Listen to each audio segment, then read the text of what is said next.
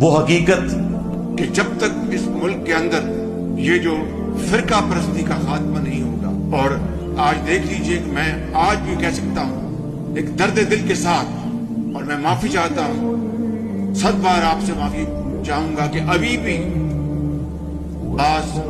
میں کسی کا نام نہیں لیتا، لیکن بعض اکادم فکر کے جو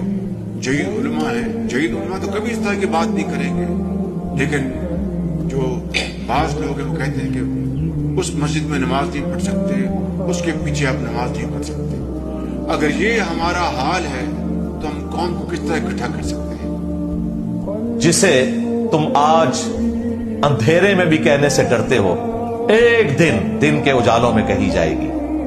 وہ ایمان جو تم نے گھر کی خلوتوں میں حاصل کیا، ایک دن سرعام ندا دی جائے گی۔